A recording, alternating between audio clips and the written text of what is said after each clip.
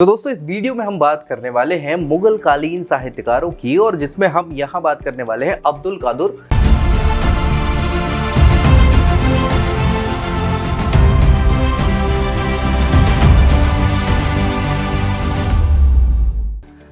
बदायूनी की, किसकी? बदायूनी की। तो बदायूनी इसलिए बोल दिया जाता है इनको क्योंकि ये बदायूं में कार्य करने लग गए थे, बदायूं के राजा के यहाँ काम करते थे। वापस लौट के जब ये अकबर के दरबार में आए तो बदायूं से आए थे, इसलिए इनको बदायूनी कहा जाने लग गया। इनका नाम अब्दुल कादिर है, ठीक है। अब क्या है इनके पीछे की पूरी कहानी? बहुत माने इतिहासकार हैं क्योंकि इन्होंने आलोचनाएं ही करी हुई हैं अकबर के शासनकाल की।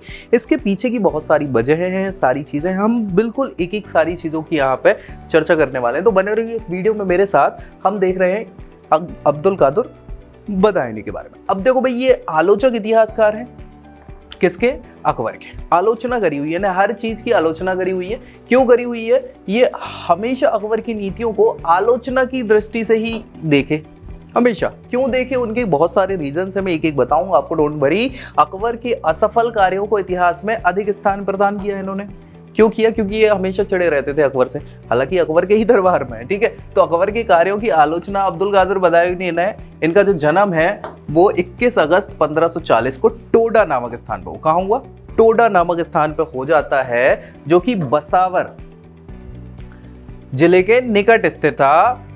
और इनके पिता का नाम मुलुक शाह था। क्या था? मुलुक शाह था। बचपन में ही इनकी शिक्षा दीक्षा का प्रबंध उनने स्थानीय स्कूल में कर दिया था, ठीक है, वहीं के, कहाँ के? टोडा के। जब वह 12 वर्ष के हो गए भाई, तो इनकी अवस्था थोड़ी सी बड़ी हो गई और पिता ने इनको बाहर भेज दिया पढ़ाई करने के लिए, ठीक है। और वहां पे शिक्षा प्राप्त करके 1558-59 में, ठीक है, 1558-59 में, यानी ये 18-19 साल के हो चुके हैं, कहाँ चले गए?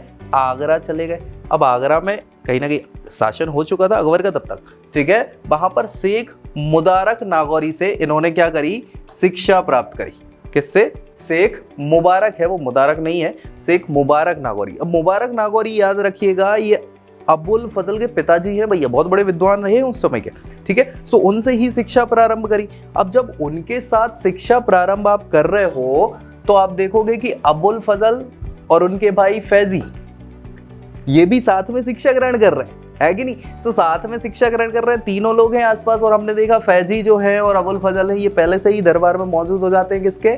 अकबर के, ठीक है। अब बदायूनी ने वहीं शिक्षा ग्रहण करी, तो पहले ही इनमें कसमकस कंपटीशन का दौर बढ़ता रहा, जहां इनने खुद को कम तरह का, क्योंकि कहीं ना कहीं उनके खुद के बेटे हैं तो उन्हें वो थोड़ा ज्यादा क्या करेंगे? महत्व देंगे। देंगे कि नहीं देंगे? बिल्कुल देंगे। सो यहाँ इस कारण से पहले ही ये अबुल फजल से चिढ़ जाते हैं, शुरुआत से ही चिढ़ जाते हैं, ठीक है। फिर 1562 में इनके पिताजी की मृत्यु हो जाती है। किसकी?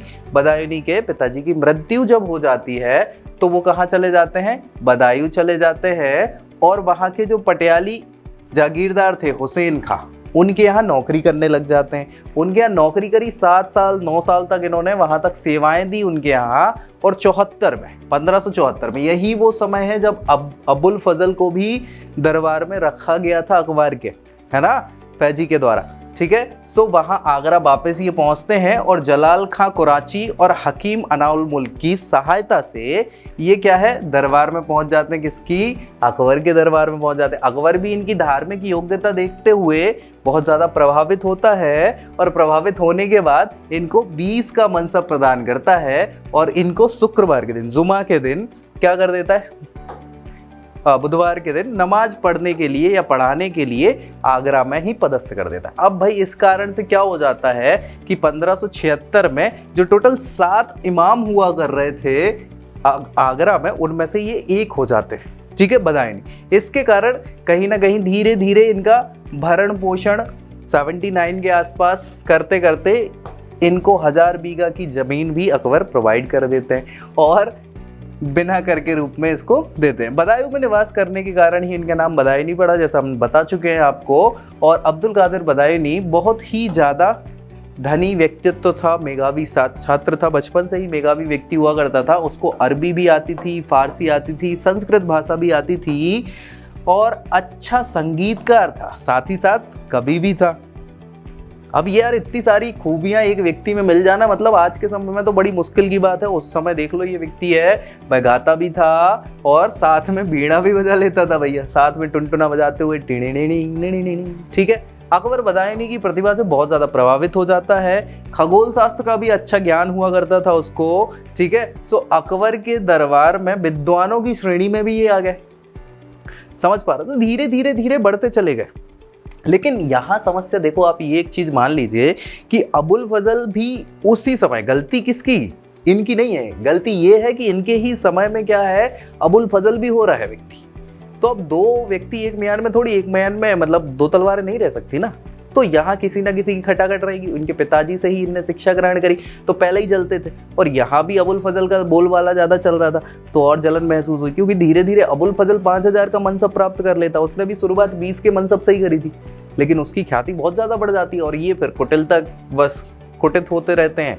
तो अब आप देखोगे कि अबुल फजल ने जो रचनाएं करी हैं वो अकबर के प्रेम स्वरूप बहुत अच्छी करी, मतलब बहुत अतिशयोक्तिपूर्ण अकबर के बारे में अच्छा लिखा हुआ है। और अपोजिशन की बात करें तो इनने, बदायूंनी ने क्या कर दिया, बिल्कुल उल्टा लिखा हुआ अकबर के लिए, ठीक है। सो यहाँ शीघ्र ही अकबर के दरबार में क्या है, ये विद्वानों की श्रेणी में आ गए। सम्राट के लिए ये तो सारी चीजें हो गई, फिर से ये डबल आ गई है। लेकिन यहाँ मैं बता दूं 1596 में कादिर बदायूंनी, अब्दुल कादिर बदायूंनी की मृत्यु हो जाती है, ठीक है। यहाँ मृत्यु होने के बाद आपकी बात करी जाए तो बस खत्म है इनका माहौल। इनने रचनाएं बहुत सारी करी हुई हैं, साथ ही साथ बहुत सारे ग्रंथों का अनुवाद भी किया हुआ है, ठीक है। जिनमें हम देखें तो सबसे पहले अनुवादित जो ग्रंथ है उसमें बहर उल असमान है ना, बहर उल असमार ये पूरा ग्रंथ का नाम है। यह संस्कृत के कथा सरित सागर ग्रंथ है संस्कृत का, उसका फारसी में अनुवाद है, ठीक है। इसमें जैनुल आबदीन, ये कश्मीर के राजा हुआ करते थे और इनको उस समय कश्मीर का अकबर भी कहा जाता है समकालिक तौर पे, उसके लिए लिखी गई ये पुस्तक है जिसके बारे में पूरा वर्णन है, जैनुल आबदीन, ठीक है। इसके बाद बात करें तो तर्जुमाए महाभारत, इसे रज़मनामा भी कहा जाता है, महाभारत का के बारे में ये अरबी में लिखा हुआ है, ठीक है। सो 1582-83 में अकबर ने ही आज्ञा दी थी इसको अनुवाद करने की। अब्दुल कादिर बदायूंनी ने इब्न अब्दुल लतीफ हुसैनी या नकीब खां इनका नाम था, मोहम्मद सुल्तान बनेसी और मुक्कासिरी द्वारा इसको रचा गया, जिसकी भूमिका अबुल फजल ने लिखी थी।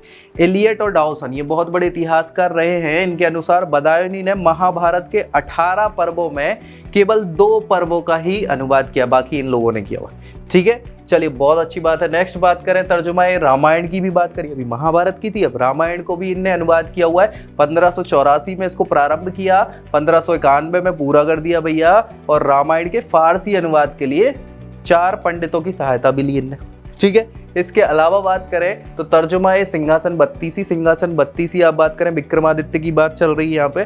सो विक्रमादित्य की न्यायप्रियता, दानशीलता, बुद्धिमत्ता का वर्णन है इसमें सिंहासन बत्तीसी में। और 1574 में ही अकबर के आदेश पर इसको अनुवाद किया गया और 94-95 संशोधित एवं परिष्कृत करने का कार्य भी इन्होंने कर दिया। इसके बाद बात करें मुंतखब तवारीख, ये बहुत बड़ी चीज है क्योंकि इसी में अकबर के बारे में इन्होंने लिखा हुआ है। बदायूंनी उल्लेख करता है कि उसने अथर्ववेद का भी अनुवाद किया है, याकृत के भौगोलिक शब्दकोश का तथा अकबर के इच्छानुसार सीधी के जामुल तवारीख के एक भाग का संक्षेप किया हुआ है। इसकी पांडुलिपियां प्राप्त नहीं हुई हैं, वो इन्होंने लिख दिया है तवारीख में, लेकिन वो प्राप्त हुआ नहीं अभी तक। मौलिक ग्रंथ जो हैं इनके वो कौन कौन से हैं तो किताबुल अहादिस 70-71 में, इसको 78 में ख़त्म कर दिया, सम्राट को दे दिया, ठीक है। और 40 हदीसों पर पैगंबर हजरत के जिहाद की परंपरा वर्णित है, ठीक है। नेक्स्ट अगर बात करें तारीख अल्फी की बात करें तो इनमें 6 व्यक्तियों ने मिलकर इसको लिखा हुआ है। इसमें इस्लाम की जो उत्पत्ति है उससे 1000 वर्षों तक का इतिहास लिखा हुआ है, ठीक है। मोहम्मद साहब से लेके 1000 वर्षों तक का इतिहास इसमें लिखा हुआ है। नज़ातुल रसीद की बात करें तो इसमें 1591 में रचना पूरी हुई थी और मुख्य रूप से सूफी आंदोलन और सूफी घटनाओं की या सूफी संतों के आधार पर इसको लिखा हुआ है और मेहदवी आंदोलन पर भी इसमें प्रकाश मिलता है। नेक्स्ट बात करें मुंतसब व तवारीख, ये बहुत बड़ी बात है, ये बहुत मीन कृति है बदायूंनी की। इस ग्रंथ का अत्यधिक ऐतिहासिक महत्व है। क्यों? क्योंकि इसके लिखने का कार्य इनने कब किया इसकी कोई निश्चित सूचना मिलती नहीं है, लेकिन एक ही स्थान पर यह उल्लेख मिलता है कि इतिहास लेखन में अपने मित्र निजामुद्दीन अहमद की मृत्यु के बाद, उनकी मृत्यु 91 में हो गई थी, है ना। सो उसमें इनने ये लिखना प्रारंभ किया 96 तक। 96 में इनकी खुद की मृत्यु हो जाएगी, है ना। और अपनी मृत्यु के कुछ माह पूर्व तक उन्होंने इसको पूरा कर लिया था 5 सालों में, ठीक है।